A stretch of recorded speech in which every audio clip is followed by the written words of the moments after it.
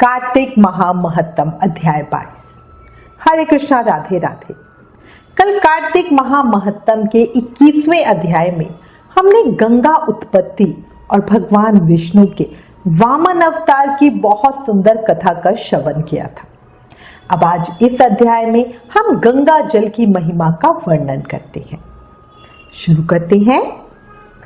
22वें अध्याय की जब सुनाने लगी हूं बात, शिव प्रभु प्रेरणा प्राप्त कर कलम आ गई हाथ। राजा पृथु बोले, हे मुनिवर, भगवान विष्णु के पावन वामन अवतार के अवतरण का व्याख्यान सुनकर मैं धन्य हुआ। साथ ही गंगा जी की उत्पत्ति का वृत्तांत मन को हरने वाला है। कृपया कर अगर गंगा जल की महिमा का कोई और सुंदर इतिहास हो तो वो भी मुझे बताएं। नारद जी बोले, हे राजन, तुम्हें एक प्राचीन इतिहास बताता हूं, ध्यान से सुनो। भगीरथ के वंश में सूरदास नाम का एक राजा हुआ, जिसका पुत्र मित्रसाह था। मित्रसाह गुरु वशिष्ठ के श्राप से राक्षस हो गया, परंतु गंगा जल के प्रभाव से वह भी भगवान के परम पद को प्राप्त हुआ। राजा पृथु पूछने लगे, हे नारद जी, गुरु वशिष्ठ ने किस कारण श्राप दिया? कृपया करके ये कथा विस्तार पूर्वक कहिए। तब नारद जी कहने लगे, हे राजन, एक समय राजा सूरदास कुछ साथियों सहित शिकार खेलने के लिए वन में गए। वहां पर अनेक मृगों का शिकार किया। फिर भूख प्यास से दुखित हो राजा नदी के तट पर आया। यहाँ पर उसका पुत्र मित्रसह नित्य नियम करता था। राजा ने रात्रि वहीं पर ही बिताई।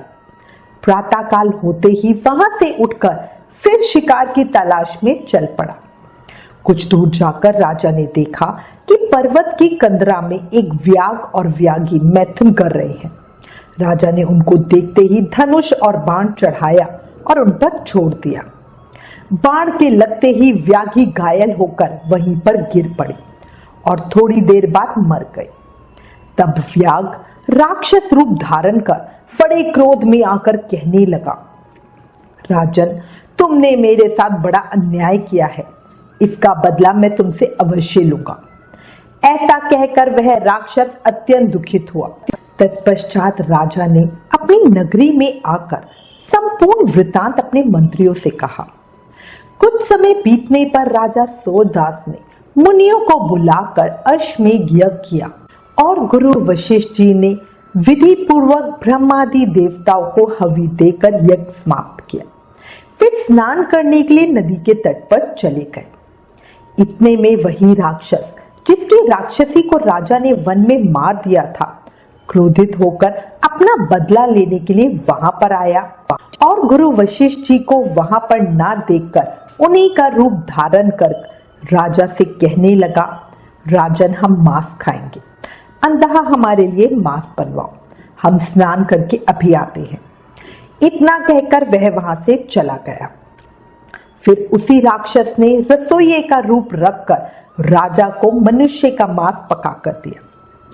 जब वास्तविक गुरु वशिष्ठ जी स्नान करके वापस आए तो राजा ने सोने के थाल में सजा हुआ मांस मिश्रित भोजन उनके आगे परोस दिया।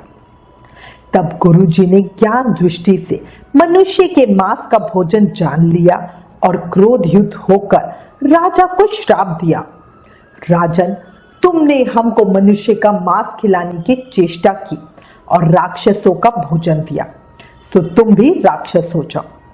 तब राजा ने कहा, हे गुरुदेव, आपकी आज्ञा से ही ऐसा भोजन बनवाया गया है। यह सुनकर गुरु वशिष्ठ जी ने ज्ञान दृष्टि से राक्षस द्वारा राजा के छले जाने का संपूर्ण वृत्तांत जानकर राजा को बताया। तब राजा ने भी क्रोधित होकर अंजलि में जल ले लिया और कहा, आपने अकारण मुझको श्राप दिया है, इस कारण मैं भी आपको यही श्राप देता हूं कि जब राजा श्राप देने के लिए तैयार हुआ तो उसकी रानी दमयंती कहने लगी, आप क्षत्रिय के पुत्र हैं, क्रोध को त्याग दे, जो भोग आपके भाग्य में लिखा है उसे भोगे। जो मनुष्य गुरु से हुंकार तुंकार करता है वह वन में जाकर ब्रह्म राक्षस होता है। पत्नी के वचनों को सुनकर राजा क्रोध त्याग कर विचारने लगा कि अब क्या करना चाहिए। फिर राजा ने उस जल को जो ही अपने पैरों पर डाला त्यों ही उसके पैर काले पड़ गए। इसी कारण वह राजा कलमाशपाद के नाम से विख्यात हुआ। तत्पश्चात राजा गुरु जी के चरणों में गिर पड़ा और क्षमा मांगने लगा। तब वशिष्ठ जी ने कहा, यह पाप तुमसे अनजाने में हुआ है, अतः इसके श्राप का प्रभाव केवल 12 वर्ष तक रहेगा। इसके बाद तुम अपने असली रूप में आ जाओगे और अनेक वर्षों तक राज्य भोग कर गंगा जल के प्रभाव से ज्ञान प्राप्त करोगे। तब भगवान विष्णु की सेवा करते हुए अंत काल में परम शांति को प्राप्त हो जाओगे। इतना कह के गुरु वशिष्ठ जी अपने आश्रम को चले गए और राजा राक्षसी देह को प्राप्त हो गया। वह भूख प्यास से दुखी हो निर्जन वन में फिरने लगा। वहां से वह अनेक कष्टों को सहन करता हुआ नर्मदा नदी के तट पर आया और वहां भी वह पशु पक्षी मनुष्य सर्प आदि खाकर विचरण करने लगा। संयोगवश एक दिन नर्मदा नदी के तट पर पत्नी सहित एक मुनि को देखा।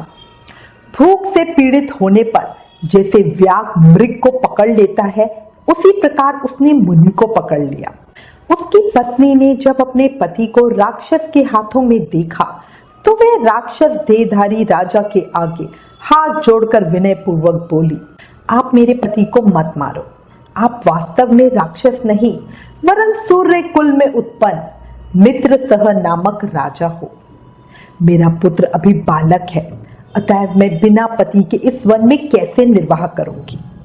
अतः तुम मेरे पति को प्राण दान दे दो। प्राण दान के समान अन्य कोई दान नहीं है। उस स्त्री की इस प्रार्थना का राक्षस पर कोई प्रभाव नहीं पड़ा और जैसे व्याघ्र एक मृग के बच्चे को पकड़कर खा जाता है वैसे ही उस मुनि को जो उस समय अपनी पत्नी के साथ मैथुन कर्म कर रहा था वो पकड़कर खा गया। तब मुनि की पत्नी ने उसे श्राप दिया, मैथुन करते समय तुमने मेरे पति को मारा है, अतः तुम भी जब मैथुन करोगे तो मृत्यु को प्राप्त हो जाओगे और पुनः राक्षस देह धारण करोगे। यह 2 श्राप सुनकर राक्षस देहधारी राजा भी क्रोध में आकर कहने लगा, हे दुष्टे, तुमने एक अपराध के बदले में मुझे 2 श्राप दिए हैं, अतः तुम भी पिशाचनी होकर इस वन में फिरती रहोगी। इस कारण वह स्त्री भी पिशाचनी बन गई और भूख प्यास से दुखित हो उस वन में फिरने लगी। इस प्रकार वह राक्षस और पिशाचनी दोनों घूमते फिरते नर्मदा नदी के किनारे पर आए, जहां एक वट वृक्ष पर गुरु निंदक एक बरहा नामक राक्षस रहता था। उन दोनों को वहां पर आया देखकर वह कहने लगा, अरे तुम कौन हो और किस पाप से इस दशा को प्राप्त हुए हो। तब राजा ने अपना और पिशाचनी का सारा वृतांत सुनाकर कहा, अब आप अपना वृतांत कहिए, क्योंकि हम और आप आपस में आज से मित्र हो गए हैं, इसलिए मित्र से कुछ भी छुपाना नहीं चाहिए। जो मित्र छल कपट करता है वह पाप का भागी होता है, इसलिए अब आप भी अपना संपूर्ण वृतांत हमें सुनाइए। तब ब्रह्म राक्षस कहने लगा, हे मित्र, मैं मगध देश में प्रवीण सोमदत्त नाम का ब्राह्मण था। मैंने मद में आकर अपने आप को बहुत बड़ा विद्वान मानकर गुरु का अपमान किया। उसी पाप के कारण मैं इस दशा को प्राप्त हुआ हूं। मैंने इस योनि में आकर भूख से दुखित हो अनेक ब्राह्मण खा डाले हैं। गुरु के अपमान के कारण ब्रह्म राक्षस की योनि प्राप्त होती है, यह मैंने भली प्रकार जान लिया। तब कलमाशपाद ने पूछा, हे मित्र, गुरु की कोटि में कौन कौन आते हैं।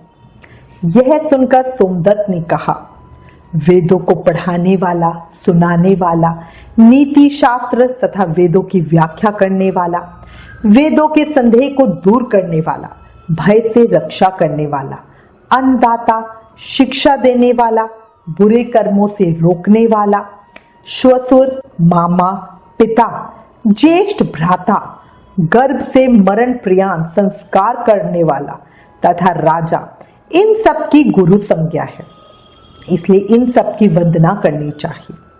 तब पुनः कलमाशपाद पूछने लगा, तुमने अनेक गुरु कहे, इनमें से कोई बड़ा भी है या सब बराबर है? सोमदत्त कहने लगा, मित्र, यद्यपि हम राक्षस हैं, साथ ही भूख और प्यास से दुखित भी है, मगर गुरु महिमा का वर्णन करने से निश्चय ही हमारा कल्याण होगा। यद्यपि सब गुरु बराबर हैं, फिर भी इस संबंध में शास्त्रों की व्याख्या सुनो। वेद तथा मंत्रों का उपदेश करने वाला, धर्मशास्त्र तथा पुराणों की व्याख्या व उपदेश करने वाले ये विशेष गुरु हैं। इनमें से प्रमुख गुरु वह है जो देव पूजन कराएं, देव पूजा का फल बताएं अथवा गुप्त मंत्र का उपदेश दे। हमने गौतम ऋषि से धर्म, अर्थ, काम और मोक्ष के देने वाले सब पुराण सुने हैं। एक समय मैं महादेव जी का पूजन कर रहा था। उसी समय श्री गौतम ऋषि जी वहां आ गए। मैंने खड़े होकर प्रणाम नहीं किया, बल्कि पूजा में ही लगा रहा। तब महादेव जी ने मुझे गुरु का अपमान करने के दोष में ब्रह्म राक्षस बना दिया। उसी पाप के कारण मेरा अंतकरण जला जाता है। ना जाने इस दुख से कब मुक्ति मिलेगी। नारद जी कहने लगे, हे राजन, इस प्रकार गुरु महिमा का वर्णन करने से उनके सब पाप नष्ट हो गए। इतने में उन्होंने दूर से आते हुए गर्ग मुनि को देखा तो दोनों राक्षस तथा पिशाचनी अपने दोनों हाथ उठाकर उनकी ओर भागे कि हमारा भोजन आ गया। परंतु फिर गर्ग मुनि के कहे हुए वचनों को याद करके उनके निकट न जाकर दूर से ही पिशाचनी कहने लगी, हे महात्मन, आपको नमस्कार है। हमने कितने ही ब्राह्मण खा डाले, परंतु आप महादेव जी के नाम से सुरक्षित हैं। तब गर्ग मुनि ने तुलसी दल युक्त गंगा जल से उनका अभिषेक किया। अभिषेक होते ही वे राक्षस देह से मुक्त होकर देवरूप हो गए। पुत्र युक्त ब्राह्मणी और सोमदत्त विष्णु रूप शंख चक्र गदा पद्मधारी होकर गर्ग जी की स्तुति करते हुए विष्णु लोक को चले गए। कलमाशपाद अपने रूप को प्राप्त कर सोच में पड़ गया। उसको इस प्रकार सोच में पड़े देखकर गुप्त रूप सरस्वती बोली, हे राजन, तुम सोच में मत पड़ो। राज्य सुख भोगने के बाद अंत में तुम भी विष्णु लोक को ही प्राप्त हो जाओगे।